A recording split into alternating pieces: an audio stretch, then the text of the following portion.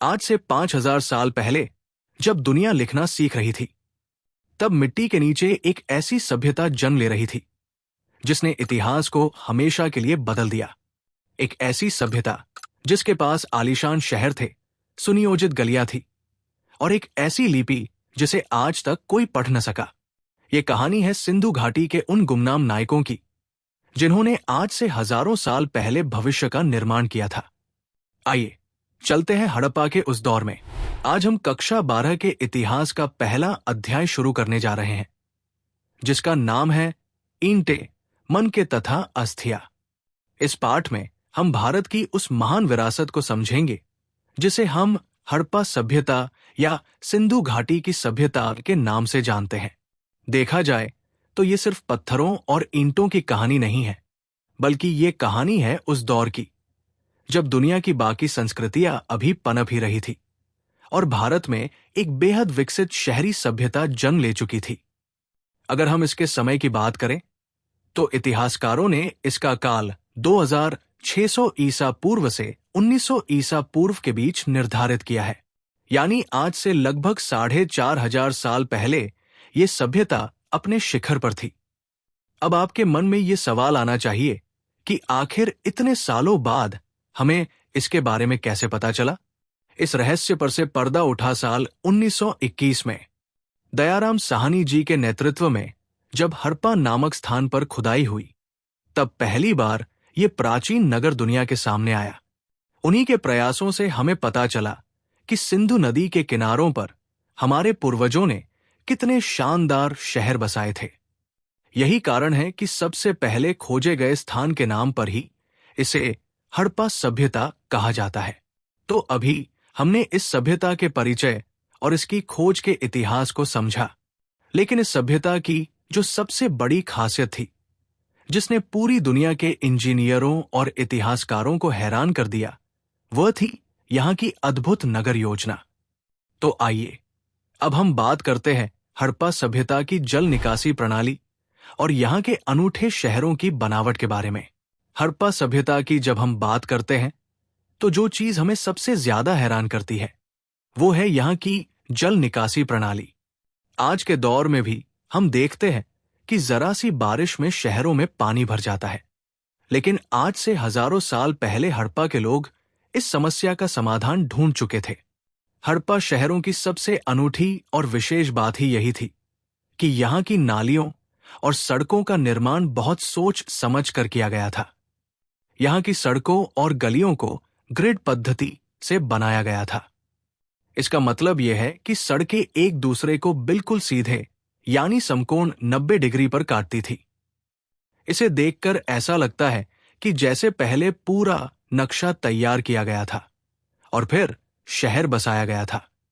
हैरानी की बात तो यह है कि इन लोगों ने पहले नालियों के साथ गलियों और सड़कों को बनाया और उसके बाद उनके अगल बगल में घरों का निर्माण किया। यानी साफ सफाई का इंतजाम सबसे पहले था। हर घर की एक दीवार गली से सटी होती थी ताकि घर का गंदा पानी छोटी नालियों के जरिए गली की बड़ी नालियों तक पहुंच सके। सिर्फ इतना ही नहीं, नालियों की सफाई का भी पूरा ध्यान रखा गया था। घरों की नालियां पहले एक हौद या मलकुंड में जाकर खुलती थी, जहां कचरा नीचे बैठ जाता था और केवल गंदा पानी ही आगे गलियों की नालियों में बहता था। नालियों को ढका भी गया था ताकि बदबू न आए और बीमारियां न फैलें। ये व्यवस्था बताती है कि उस समय के लोग अपनी सेहत और साफ सफाई को लेकर कितने जागरूक थे।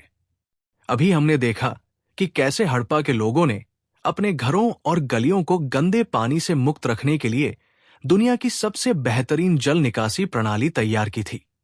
तो चलिए अब हम एक बहुत ही महत्वपूर्ण प्रश्न पर चर्चा करते हैं, जो अक्सर आपकी परीक्षाओं में भी पूछा जाता है, और वो है कि हड़प्पा के लोग अपना गुजारा कैसे करते थे, यानी उनके निर्वाह के तरीके क्या थे। देखा जाए तो हड़प्पा के लोगों का खान पान बहुत ही समृद्ध और विविध था। वे केवल एक चीज पर निर्भर नहीं थे, बल्कि पेड़ पौधों और जानवरों दोनों से अपना भोजन प्राप्त करते थे। अगर हम उनके अनाज की बात करें तो खुदाई के दौरान हमें गेहूं, जौ, दाल, सफेद चना और तिल जैसे अनाजों के दाने मिले हैं, जो ये बताते हैं कि वे खेती में बहुत उन्नत थे। दिलचस्प बात यह है कि गुजरात के इलाकों से हमें बाजरे के दाने भी मिले हैं। हाँ, चावल के अवशेष थोड़े कम मिले हैं, जिससे हम ये अंदाजा लगा सकते हैं कि उस समय शायद चावल का प्रयोग उतना अधिक नहीं होता था जितना बाकी अनाजों का। और शाकाहारी भोजन के साथ साथ मछली भी उनके आहार का एक मुख्य हिस्सा हुआ करती थी। अब अगर जानवरों की बात करें तो हड़प्पा के लोग भेड़, बकरी, भैंस और सुअर जैसे जानवरों को पालते थे। लेकिन कहानी सिर्फ पालतू जानवरों तक ही सीमित नहीं है। खुदाई में हमें हिरण और घड़ियाल जैसे जंगली जानवरों की हड्डियां भी मिली हैं। अब यहां एक रहस्य है। इतिहासकार ये पूरी तरह नहीं कह पाए हैं कि हड़प्पा के लोग खुद इन जंगली जानवरों का शिकार करते थे या फिर वे शिकार करने वाले दूसरे समुदायों से इनका मांस प्राप्त करते थे। पर इतना साफ है कि वे पक्षियों और इन जंगली जानवरों का मांस भी खाते थे। तो ये था हड़प्पा वासियों के जीवन जीने और भोजन प्राप्त करने का तरीका। अब जब हमने उनके खानपान को समझ लिया है, तो हमारे मन में ये सवाल आता है कि आखिर वे इतनी बड़े पैमाने पर खेती और ये सब करते कैसे थे? यानी उनकी तकनीक क्या थी? चलिए अब हम समझते हैं कि हड़प्पा के लोग खेती किस तरह करते थे। आखिर उनके पास ऐसी कौन सी तकनीक या कृषि प्रौद्योगिकी थी जिससे वे इतना अनाज पैदा कर लेते थे? हड़प्पा की खुदाई में मिले साक्ष्यों से पता चलता है कि वे खेती के मामले में बहुत विकसित थे। सबसे पहली बात तो यह है कि मोहरों पर बने वृषभ यानी बैल के चित्र और मिट्टी से बने बैल के खिलौने हमें ये बताते हैं कि वे बैलों से परिचित थे। इतिहासकार ये मानते हैं कि वे खेत जोतने के लिए बैलों का ही इस्तेमाल करते थे। यही नहीं, हरियाणा के बनावली और राजस्थान के कालीबंगन जैसी जगहों से हमें मिट्टी के बने हल के मॉडल और जुते हुए खेतों के निशान मिले हैं। इन खेतों को देखकर एक और दिलचस्प बात पता चली है कि वहां हल की रेखाएं एक दूसरे को काटती थी, जिसका मतलब है कि वे एक साथ दो अलग अलग फसलें उगाना जानते थे।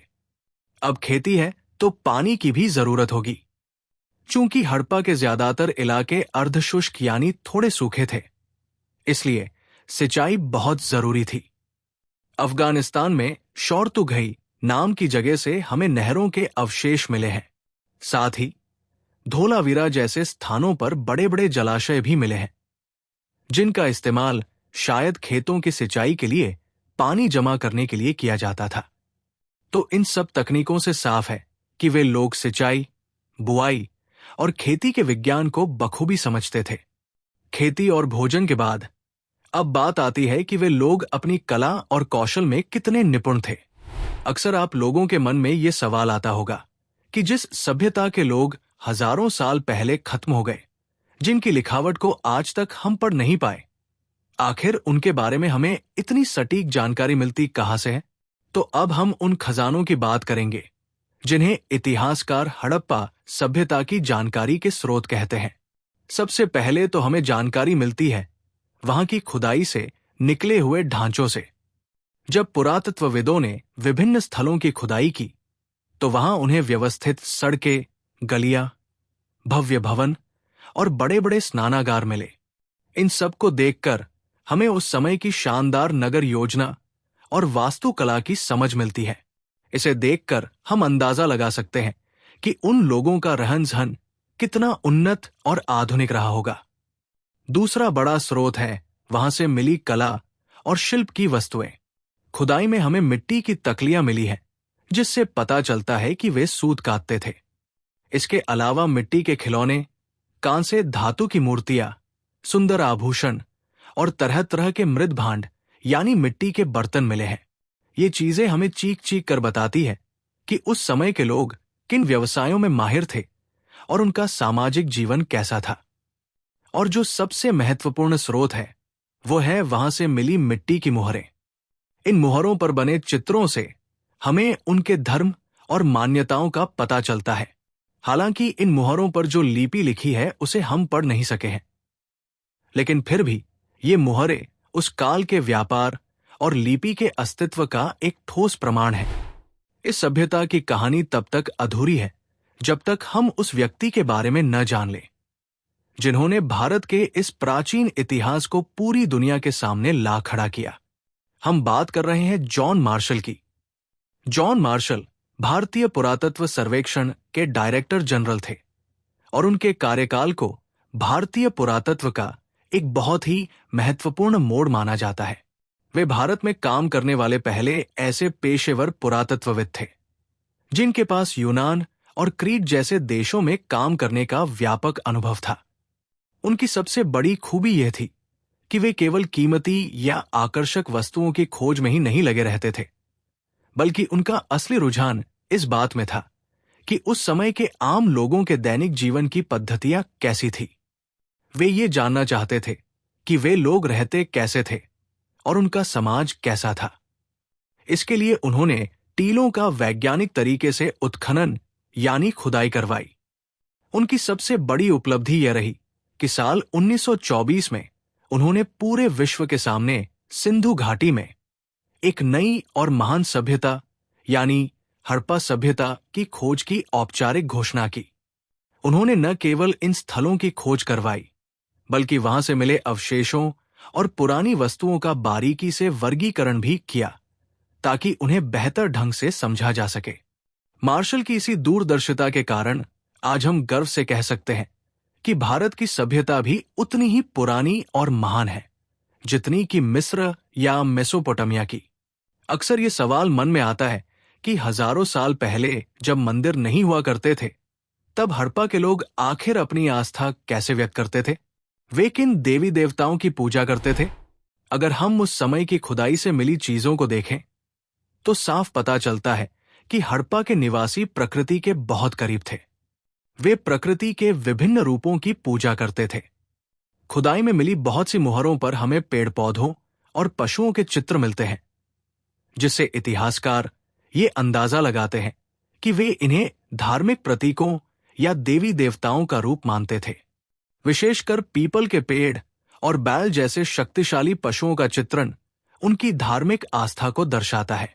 इसके अलावा हड़प्पा की खुदाई में एक बहुत ही महत्वपूर्ण मुहर मिली है जिसे आद्य शिव की मुहर कहा जाता है। इसमें एक योगी की आकृति है जो जानवरों से घिरी हुई है। यहां एक दिलचस्प बात यह है कि हमारे सबसे पुराने वेद यानी ऋग्वेद में रुद्र नामक एक देवता का उल्लेख मिलता है जिन्हें बाद की परंपराओं में शिव का रूप माना गया।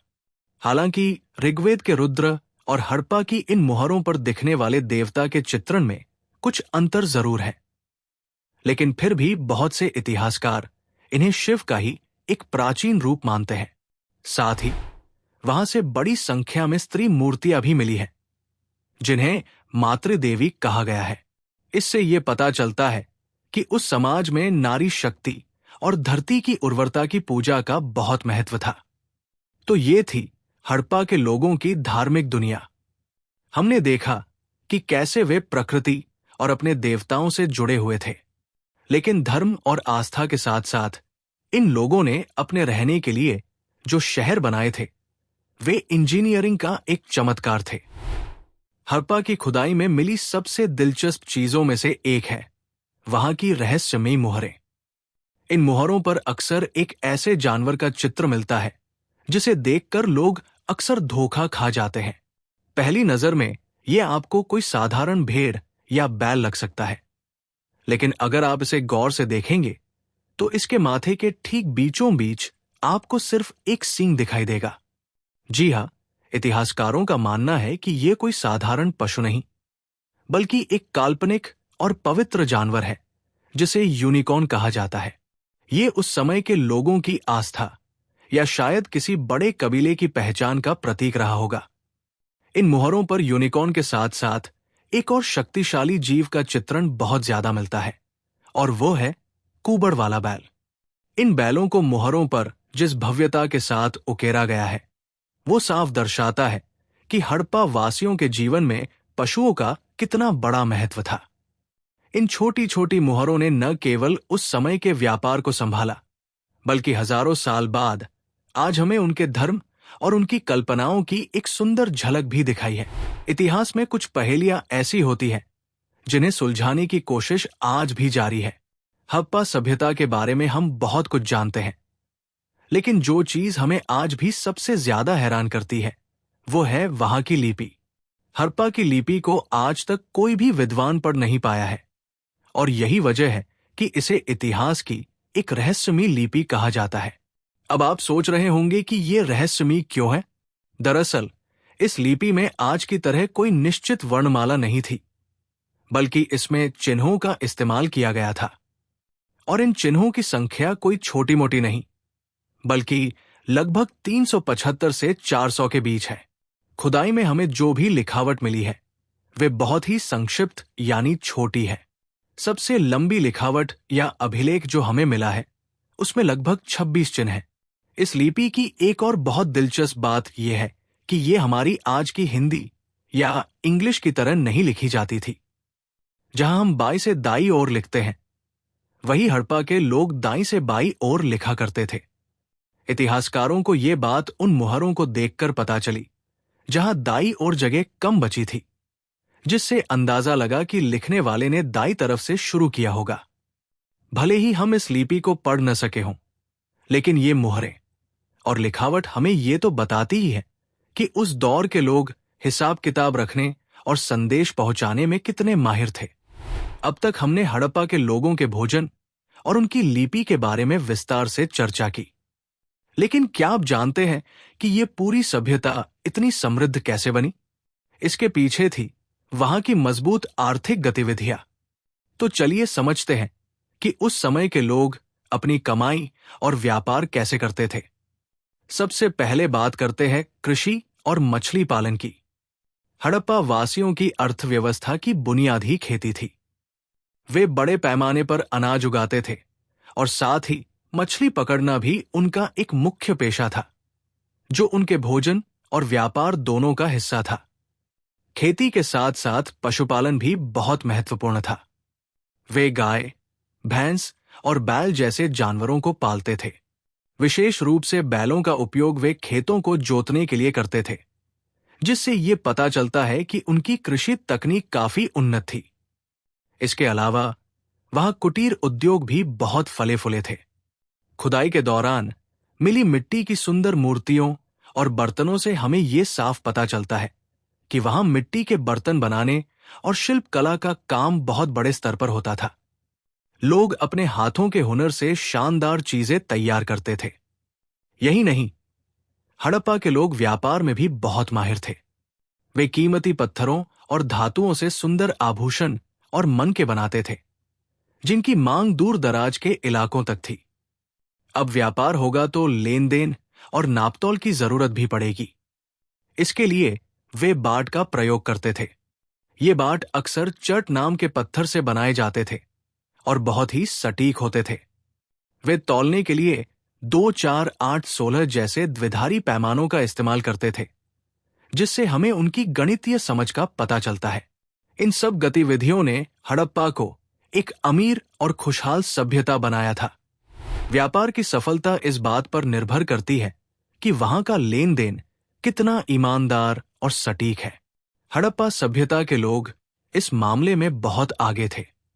उन्होंने व्यापार को सुगम बनाने के लिए एक बहुत ही सटीक बाट प्रणाली विकसित की थी। जब हम इन बाटों को देखते हैं तो पता चलता है कि ये पूरी प्रणाली एक बहुत ही सूक्ष्म और परिशुद्ध नियम द्वारा नियंत्रित थी। ये बाट आमतौर पर चट नाम के एक पत्थर से बनाए जाते थे। इनकी बनावट की सबसे खास बात यह थी कि ये सुंदर घनाकार होते थे और इन पर किसी भी तरह का कोई निशान नहीं होता था। ये बिल्कुल सादे और तराशे हुए पत्थर होते थे। इन बाटों की गणना करने का तरीका भी बहुत दिलचस्प था।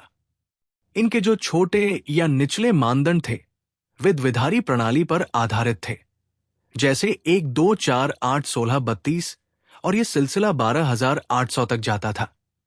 वहीं जो बड़े बाट थे या ऊपरी मानदंड थे वे दशमलव प्रणाली का अनुसरण करते थे। इसका मतलब है कि हड़प्पा के लोग गणित की बहुत गहरी समझ रखते थे और बहुत छोटी से छोटी चीज जैसे कीमती मनके या आभूषण से लेकर भारी सामान तक को तौलना जानते थे। पुरातत्वविदों को खुदाई के दौरान धातु से बने तराजू के पलड़े भी मिले हैं, जिससे ये पूरी तरह साफ हो जाता है कि वहां एक संगठित बाजार और व्यापारिक व्यवस्था मौजूद थी। हड़प्पा सभ्यता के शिल्प कौशल की जब भी बात होती है तो सबसे पहले जिक्र आता है वहां के मनकों का। ये छोटे छोटे मनके उस समय के लोगों की कलाकारी और मेहनत का सबसे बेहतरीन नमूना है। इन मनकों को बनाने के लिए वे बहुत ही अलग अलग तरह के पदार्थों का इस्तेमाल करते थे, जैसे कार्नेलियन, जो एक बहुत ही सुंदर लाल रंग का पत्थर होता था। इसके अलावा जैस्पर, स्फटिक और सेल खड़ी जैसे पत्थरों का प्रयोग भी किया जाता था। सिर्फ पत्थर ही नहीं, तांबा, कांसा और सोने जैसी धातुओं के साथ साथ शंख, फ्यांस और पक्की मिट्टी से भी ये मनके तैयार किए जाते थे। कभी कभी तो 2 या 2 से अधिक पदार्थों को आपस में जोड़कर भी एक अनोखा मनका बनाया जाता था। इन मनकों के आकार में भी बहुत विविधता थी। ये चक्राकार, गोलाकार, ढोलाकार और खंडित आकारों में मिलते हैं। कुछ मनकों पर तो ऊपर से सुंदर चित्रकारी करके उन्हें सजाया भी जाता था। अब आप सोच रहे होंगे कि इन्हें बनाया कैसे जाता था? तो मन के बनाने की विधि इस बात पर निर्भर करती थी कि पत्थर कैसा है। उदाहरण के लिए सेल खड़ी एक बहुत ही मुलायम पत्थर था, इसलिए इस पर काम करना आसान था। कहीं कहीं तो सेल खड़ी के चूर्ण को साँचे में ढालकर भी मनके तैयार किए जाते थे, जिससे मनचाहा आकार देना आसान हो जाता था। एक मनके को पूरी तरह तैयार करने के लिए उसे कई चरणों से गुजरना पड़ता था। सबसे पहले पत्थर की घिसाई की जाती थी, फिर उस पर चमक लाने के लिए पॉलिश होती थी और सबसे आखिर में उसमें छेद किया जाता था ताकि उसे धागे में पिरोया जा सके। चनहुदड़ो, लोथल और धोलावीरा जैसी जगहों से हमें छेद करने के विशेष उपकरण भी मिले हैं। इन मनकों को देखकर अंदाजा लगाया जा सकता है कि उस दौर का फैशन और व्यापार कितना उन्नत था। क्या आपने कभी सोचा है कि जब हजारों साल पहले कुरियर या इंटरनेट नहीं था, तब लोग सामान भेजते समय उसकी सुरक्षा कैसे करते थे? इसके लिए हड़प्पा के लोग मोहर और मुद्रांकन का बहुत ही स्मार्ट तरीके से इस्तेमाल करते थे। इसे एक उदाहरण से समझते हैं। मान लीजिए एक थैले में सामान भरकर उसे एक शहर से दूसरे शहर भेजा जाना है। सबसे पहले उस थैले के मुंह को रस्सी से अच्छी तरह बांध दिया जाता था। उसके बाद उस गांठ पर थोड़ी गीली मिट्टी लगाई जाती थी और उस मिट्टी पर एक या एक से अधिक मोहरों से छाप लगा दी जाती थी। इसी छाप को मुद्रांकन कहते हैं। इस तकनीक के 2 बड़े फायदे थे। पहला फायदा तो ये था कि अगर वो थैला अपने ठिकाने पर पहुंचने तक मिट्टी की छाप के साथ बिल्कुल सलामत है, तो इसका मतलब था कि सामान के साथ रास्ते में कोई छेड़छाड़ नहीं की गई है। लेकिन अगर वो छाप टूटी हुई या बदली हुई मिलती तो तुरंत पता चल जाता कि सामान के साथ छेड़खानी हुई है। दूसरा फायदा यह था कि उस मुद्रांकन यानी छाप से सामान भेजने वाले की पहचान का भी पता चलता था। यानी ये एक तरह का ट्रेडमार्क या सील थी जो उस समय के व्यापार में भरोसे का प्रतीक मानी जाती थी। आपने देखा कि हड़प्पा के लोग सुरक्षा और व्यापारिक ईमानदारी के प्रति कितने सजग थे। हड़प्पा सभ्यता की सबसे बड़ी ताकत उनका हुनर था, जिसे हम शिल्प कला के रूप में देखते हैं। अगर हम आज के हिसाब से कहें तो उस समय के लोग बहुत बड़े इंजीनियर और कलाकार थे। हड़प्पा के शिल्प कार्यों में मुख्य रूप से मनके बनाना, शंख की कटाई करना, धातु कर्म यानी धातु से चीजें बनाना, मुहरों का निर्माण और बाट बनाना शामिल था। अब सवाल यह है कि ये सब काम होते कहाँ थे? चनहुदड़ो एक ऐसी छोटी सी बस्ती थी जो लगभग पूरी तरह से शिल्प उत्पादन के लिए ही समर्पित थी। इसके अलावा लोथल, धोलावीरा, नागेश्वर और बालाकोट भी बहुत महत्वपूर्ण केंद्र थे। उदाहरण के लिए नागेश्वर और बालाकोट समुद्र के पास थे, इसलिए वहां शंख की कटाई का काम बहुत ज्यादा होता था। एक खास बात यह है कि शिल्प उत्पादन के लिए ये लोग सिर्फ अपने आसपास मिलने वाले माल पर निर्भर नहीं थे। सुंदर और मजबूत सामान बनाने के लिए वे पत्थर, अच्छी किस्म की लकड़ी और कीमती धातुएं बाहर के इलाकों से मंगवाते थे, यानी उनका व्यापारिक नेटवर्क बहुत मजबूत था। हड़प्पा के इन केंद्रों में मन के मुहर और बाट तो बनाए ही जाते थे, साथ ही धातु के बर्तन और औजार भी तैयार किए जाते थे। पुरातत्वविदों को चन्हुदड़ों, लोथल और धोलावीरा जैसी जगहों से छेद करने वाले विशेष उपकरण भी मिले हैं, जिनका इस्तेमाल मंके बनाने में किया जाता था। इससे यह साबित होता है कि वहां काम बहुत ही पेशेवर तरीके से होता था। अब हम उस पड़ाव पर पहुंच गए हैं जिसका आप सबको बेसब्री से इंतजार था। अब हम बात करेंगे इस सभ्यता के सबसे भव्य और ऐतिहासिक शहर की, यानी मोहनजोदड़ो। हड़प्पा सभ्यता की जो सबसे अनोखी और खास बात थी, वो थी यहां के शहरी केंद्रों का विकास। आज के आधुनिक शहरों की तरह यहां की बसावट को देखकर ऐसा लगता है कि जैसे इसे किसी बहुत बड़े इंजीनियर ने डिजाइन किया हो। मोहनजोदड़ो में पूरी बस्ती मुख्य रूप से दो भागों में बटी हुई थी। एक था दुर्ग और दूसरा था निचला शहर। सबसे पहले बात करते हैं दुर्ग की। यह शहर का वो हिस्सा था जो आकार में तो छोटा था, लेकिन ऊंचाई पर बना हुआ था। अब इसकी ऊंचाई का रहस्य क्या था? दरअसल यहां की जो भी इमारतें या संरचनाएं थी, वे कच्ची ईंटों के ऊंचे ऊंचे चबूतरे पर बनाई गई थी। सिर्फ इतना ही नहीं, सुरक्षा के लिहाज से इस दुर्ग को चारों तरफ से एक मजबूत दीवार से घेरा गया था, ताकि इसे निचले शहर से बिल्कुल अलग रखा जा सके। ऐसा माना जाता है कि यहां शायद समाज के खास लोग या शासक वर्ग रहता होगा। अब आते हैं निचले शहर पर। यह हिस्सा दुर्ग के मुकाबले काफी बड़ा था और यहां सामान्य लोग रहते थे। दिलचस्प बात यह है कि निचले शहर को भी एक विशाल दीवार से घेरा गया था। यहां की सबसे खास बात यह थी कि भवन निर्माण का सारा काम एक निश्चित योजना के तहत होता था। पहले चबूतरे बनाए जाते थे और फिर उन्हीं के ऊपर घर बनाए जाते थे। इसे देखकर साफ पता चलता है कि यहां पहले बस्ती का नियोजन किया गया था और फिर उसके हिसाब से निर्माण कार्य किया गया। मोहनजोदड़ो के दुर्ग वाले भाग में हमें दो ऐसी इमारतें मिली हैं जो इतिहास की सबसे अद्भुत खोज मानी जाती है। पहली है माल गोदाम, जहां शायद अनाज जमा किया जाता था, और दूसरा है विश्व प्रसिद्ध विशाल स्नानागार। मोहनजोदड़ो के दुर्ग पर जो सबसे विशाल इमारत मिली है, वो है वहां का माल गोदाम। इसे देखकर हम अंदाजा लगा सकते हैं कि उस समय के लोग भविष्य के लिए अनाज या अन्य जरूरी सामान इकट्ठा करने के लिए कितने बड़े भंडार गृह बनाया करते थे। इस संरचना की सबसे खास बात यह है कि आज जब हम इसे देखते हैं तो हमें ईंटों से बना हुआ केवल इसका निचला हिस्सा ही सुरक्षित मिलता है।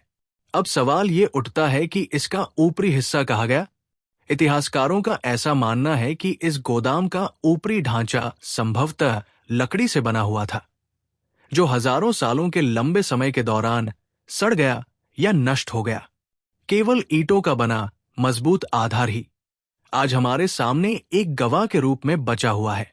ये माल गोदाम हमें यह संकेत देता है कि हड़प्पा सभ्यता का प्रशासन कितना मजबूत था, जो अकाल या मुश्किल समय के लिए इतने बड़े पैमाने पर सामान का स्टॉक रखता था। माल गोदाम के बाद अब हम चलते हैं उस स्थान की ओर जिसे इस सभ्यता की सबसे पवित्र और अद्भुत संरचना माना जाता है, जिसके बारे में सुनकर आज के इंजीनियर भी हैरान रह जाते हैं। तो आइए अब हम बात करते हैं मोहनजोदड़ो के विशाल स्नानागार के बारे में। अब हम बात करने जा रहे हैं मोहनजोदड़ो की उस इमारत की जो पूरे विश्व में इस सभ्यता की पहचान बन चुकी है। जी हाँ, विशाल स्नानागार। कल्पना कीजिए एक बहुत बड़े आंगन की, जिसके ठीक बीचों बीच एक शानदार आयताकार जलाशय यानी पानी का टैंक बना हुआ है। ये जलाशय चारों तरफ से सुंदर गलियारों से घिरा हुआ था। इस टैंक की गहराई तक उतरने के लिए इसके उत्तरी और दक्षिणी दोनों ही दिशाओं में पक्की ईंटों की सीढ़ियां बनाई गई थी। लेकिन जो सबसे हैरान करने वाली तकनीक थी, वो थी इसे जलबद्ध बनाने की विधि। आज से हजारों साल पहले पानी को रिसने से रोकने के लिए इन लोगों ने जलाशय के किनारों पर ईंटों को जमाकर उन पर जिप्सम के गारे का लेप लगाया था। ये इंजीनियरिंग का इतना बेमिसाल नमूना है कि आज भी वो संरचना टस से मस नहीं हुई है। इस विशाल स्नानागार के 3 तरफ छोटे छोटे कमरे बने हुए थे, जिनमें से एक कमरे में एक बहुत बड़ा कुआं था, जिससे जलाशय में पानी भरा जाता था। सिर्फ इतना ही नहीं, जलाशय के पास एक गलियारे के दोनों तरफ 8 स्नानागार भी बने थे, 4 एक तरफ और 4 दूसरी तरफ। इतिहासकार मानते हैं कि इतना बड़ा और भव्य स्नानागार रोजमर्रा के इस्तेमाल के लिए नहीं रहा होगा। इसका निर्माण शायद किसी विशेष अनुष्ठानिक स्नान के लिए किया गया था, जहां धार्मिक या सामाजिक उत्सवों के समय लोग इकट्ठा होकर पवित्र स्नान किया करते थे। ये थी मोहनजोदड़ो की भव्यता। मोहनजोदड़ो की विशाल इमारतों को देखने के बाद अब हम चलते हैं वहां के आम लोगों के घरों की ओर, जिसे हम गृह स्थापत्य कहते हैं। यहां के मकानों को देखकर ऐसा लगता है कि हड़प्पा के लोग अपने परिवार और अपनी निजता यानी प्राइवेसी का बहुत ज्यादा ध्यान रखते थे।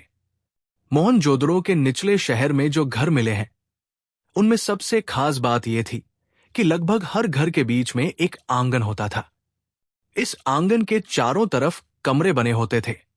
ऐसा माना जाता है कि आंगन घर की गतिविधियों का केंद्र था, जहां खाना पकाया जाता था या कताई का काम होता था। खासकर गर्मियों के दिनों में प्राइवेसी यानी एकांतता की बात करें तो इन लोगों ने इसका बहुत ही स्मार्ट तरीका निकाला था। घर की बाहरी दीवारों पर जो सड़क की तरफ होती थी, उनमें खिड़कियां नहीं होती थी। साथ ही घर का मुख्य दरवाजा इस तरह बनाया जाता था कि बाहर खड़े व्यक्ति को घर के अंदर का या आंगन का सीधा नजारा न दिखे, यानी आप बाहर से अंदर की झांक ताक नहीं कर सकते थे। हर घर का अपना एक स्नानागार होता था, जिसमें फर्श पर पक्की ईंटें बिछी होती थी। इन स्नानागारों की नालियां दीवार के जरिए गली की नालियों से जुड़ी होती थी, जिसके बारे में हमने पहले भी चर्चा की थी। एक और बहुत ही दिलचस्प बात यह है कि यहां के कई घरों में कुएं मिले हैं। ये कुएं अक्सर घर के ऐसे कमरे में बनाए जाते थे जहां बाहर से आने वाला कोई भी राहगीर या मुसाफिर आसानी से पानी पी सके। इतिहासकारों का अनुमान है कि अकेले मोहनजोदड़ो शहर में लगभग 700 कुएं थे। एक बहुत ही उलझा हुआ सवाल जो इतिहासकारों को हमेशा परेशान करता है, वो ये है कि इतने बड़े और व्यवस्थित शहर को आखिर चलाता कौन था? क्या वहां कोई राजा होता था? इसी विषय को हम प्राचीन सत्ता के नाम से जानते हैं। जब पुरातत्वविदों ने मोहनजोदड़ो की खुदाई की, तो वहां उन्हें एक बहुत ही विशाल भवन मिला। इस भवन के आकार को देखते हुए इसे प्रसाद यानी महल की संज्ञा तो दे दी गई, लेकिन ताज्जुब की बात यह है कि उस महल से कोई भी ऐसी भव्य या कीमती वस्तु नहीं मिली जिससे यह साबित हो सके कि वहां कोई बहुत अमीर राजा रहता था। इसी तरह पत्थर की एक मूर्ति मिली जिसे पुरोहित राजा का नाम दिया गया। ऐसा इसलिए क्योंकि उस समय मेसोपोटामिया की सभ्यता में भी पुरोहित राजा हुआ करते थे। तो इतिहासकारों ने सोचा कि शायद यहां भी वैसा ही कुछ रहा होगा। ये नाम आज भी प्रचलित है, लेकिन इसके ठोस प्रमाण कम ही मिलते हैं। अब सत्ता को लेकर विद्वानों में मतभेद है। कई पुरातत्वविदों का यह मानना है कि हड़प्पा समाज में कोई एक खास शासक नहीं था और समाज के सभी लोगों की स्थिति एक जैसी थी, यानी सब समान थे। वहीं दूसरी ओर कुछ इतिहासकारों का तर्क है कि यहां कोई एक राजा नहीं, बल्कि अनेक शासक रहे होंगे। जैसे हड़प्पा का अपना अलग राजा और मोहनजोदड़ो का अपना। लेकिन अगर हम गौर करें तो पूरी सभ्यता में ईंटों का आकार, जल निकास प्रणाली और बाटों की समानता ये इशारा करती है कि कोई न कोई ऐसी केंद्रीय शक्ति जरूर रही होगी जिसने पूरी सभ्यता के लिए इतने बड़े फैसले लिए होंगे। सत्ता का ये रहस्य आज भी बरकरार है। हड़प्पा सभ्यता के अंत पर बात करने से पहले एक बहुत ही रोचक और महत्वपूर्ण विषय को समझना जरूरी है। वो है कनिंघम का भ्रम। अलेक्जेंडर कनिंघम, जो भारतीय पुरातात्विक सर्वेक्षण के पहले डायरेक्टर जनरल थे, उन्होंने ही 19वीं शताब्दी के मध्य में खुदाई का काम शुरू किया था। लेकिन एक बहुत बड़ी सभ्यता उनके सामने होते हुए भी वे उसे पहचान नहीं पाए। आखिर ऐसा क्यों हुआ? कनिंघम दरअसल भारतीय इतिहास को समझने के लिए चीनी बौद्ध तीर्थयात्रियों के उन वृत्तांतों या किताबों पर निर्भर थे जो 4वीं से 7वीं शताब्दी के बीच भारत आए थे। उनकी दिलचस्पी मुख्य रूप से 600 ईसा पूर्व से 4वीं शताब्दी के बीच के इतिहास में थी। यही वो कारण था जिसकी वजह से वे हड़प्पा के महत्व को समझने में पूरी तरह चूक गए। 19वीं शताब्दी में कभी कभी खुदाई के दौरान हड़प्पा की वस्तुएं मिल जाया करती थी और कुछ वस्तुएं तो कनिंघम तक भी पहुंची थी। यहां तक कि एक अंग्रेज ने कनिंघम को हड़प्पा की एक मुहर भी दी थी। उन्होंने उस मुहर को देखा और उस पर गौर भी किया, लेकिन वे ये समझ ही नहीं पाए कि ये वस्तु कितनी पुरानी है। उन्होंने उस मुहर को भारत के उस कालखंड से जोड़ने की कोशिश की जिससे वे पहले से परिचित थे। कनिंघम का ये पक्का मानना था कि भारतीय इतिहास की शुरुआत गंगा की घाटी में पनपे शहरों से हुई है। उन्हें ये अंदाजा भी नहीं था कि गंगा घाटी के शहरों से हजारों साल पहले सिंधु घाटी में भी शहर बस चुके थे। अपने इसी सीमित ज्ञान और गंगा घाटी के प्रति झुकाव के कारण कनिंघम हड़प्पा के महत्व को नहीं समझ सके और इसे ही इतिहास में कनिंघम का भ्रम कहा जाता है। तो ये थी उस बड़ी भूल की कहानी जिसने हड़प्पा की खोज को कई साल पीछे धकेल दिया। अब जब हमने खोज की परतों को खोल लिया है तो चलिए अब हम उस रहस्यमयी अंत की ओर बढ़ते हैं। तो आइए अब हम जानते हैं कि वो कौन से कारण थे जिनसे हड़प्पा सभ्यता का अंत हुआ। अब हम इस अध्याय के सबसे आखिरी और सबसे रहस्यमयी विषय पर पहुंच गए हैं, हड़प्पा सभ्यता का अंत। इतनी विशाल, इतनी व्यवस्थित और इतनी समृद्ध सभ्यता आखिर अचानक कहाँ खो गई? ये सवाल आज भी इतिहासकारों के बीच बहस का विषय है। पुरातत्वविदों का मानना है कि 1900 ईसा पूर्व के बाद इस सभ्यता के पतन के संकेत मिलने लगे थे, लेकिन इसके पीछे कोई एक कारण नहीं बल्कि कई संभावित कारण बताए जाते हैं। पहला और सबसे प्रमुख कारण माना जाता है जलवायु परिवर्तन और सिंधु नदी का मार्ग बदलना। ऐसा संभव है कि जिस नदी के किनारे ये शहर बसे थे उसने अपना रास्ता बदल लिया हो, जिससे खेती और पीने के पानी का संकट खड़ा हो गया और पूरी सभ्यता धीरे धीरे नष्ट हो गई। दूसरा बड़ा कारण सिंधु नदी की विनाशकारी बाढ़ को माना जाता है। मोहनजोदड़ो की खुदाई में कई ऐसी परतें मिली हैं जो ये इशारा करती है कि ये शहर कई बार बाढ़ में डूबा और फिर से बसाया गया। अंततः शायद कोई ऐसी भयंकर बाढ़ आई होगी जिससे लोग उबर नहीं पाए। कुछ विद्वानों का कहना है कि नदियों के सूख जाने की वजह से चारों तरफ रेगिस्तान का प्रसार होने लगा, जिससे वहां रहना नामुमकिन हो गया। इसके अलावा शहरों के निर्माण और ईंटें पकाने के लिए जिस तरह बड़े पैमाने पर वनों की कटाई की गई, उससे पर्यावरण का संतुलन बिगड़ गया। पेड़ों की कमी से भूमि की नमी खत्म हो गई और उपजाऊ जमीन धीरे धीरे रेगिस्तान में बदल गई।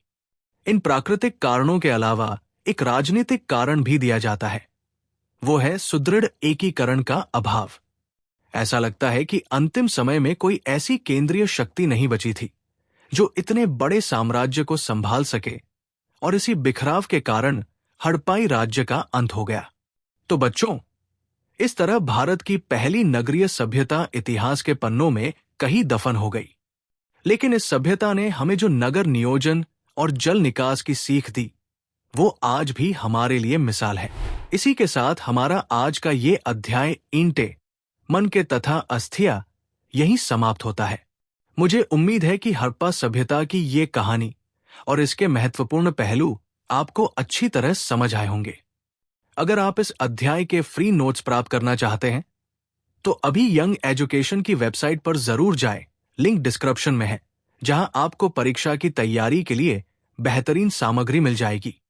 इतिहास और अपनी बाकी विषयों की पढ़ाई को इसी तरह आसान और रोचक बनाने के लिए यंग एजुकेशन को अभी सब्सक्राइब करें और इस वीडियो को लाइक करना न भूलें।